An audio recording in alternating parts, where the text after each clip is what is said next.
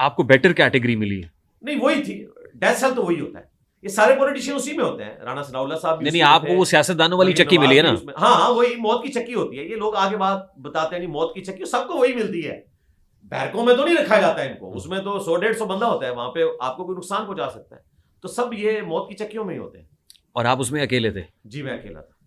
कोई exercise machine भी मिली हुई थी आपको? नहीं, उसमें यह था कि 3 चक्कियां जो है ना वो इकट्ठी थी, और तीनों में बाई चांस एक एक ही थे। एक प्रोफेसर थे, उनको 8.5 साल हुए थे, एक में क्रिश्चियन बिशप थे, उनको 13.5 साल हुए थे, तो उनके स्टेटस की वजह से उनको भी एक एक चक्की मिली हुई थी, और उनके सामने जो पोर्शन था ऑलमोस्ट कोई 15-20 फुट चौड़ा और 50 फुट लंबाई का, वो हमारा कंबाइंड होता था, उसके ऊपर भी उसी तरीके से जेल की सलाह। कोई शेड लॉबी थी यानी?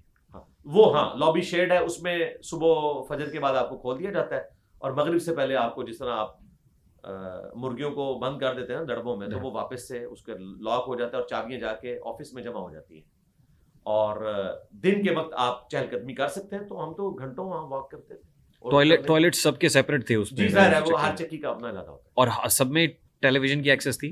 टेलीविजन की एक्सेस सब में होती है जब कोई लगवा ले, तो मुझे ये एडवांटेज था कि जो बिशप साहब थे उनके उस चक्की में लगा हुआ था, तो मैं वहां पे टीवी देख लेता था। तो वहाँ हमसायों के हुकूक का ख्याल भी रखा जा रहा था? हाँ, हमसायों का हुकूक का भी ख्याल रखा जा रहा था। आपके हमसाये बिशप साहब थे?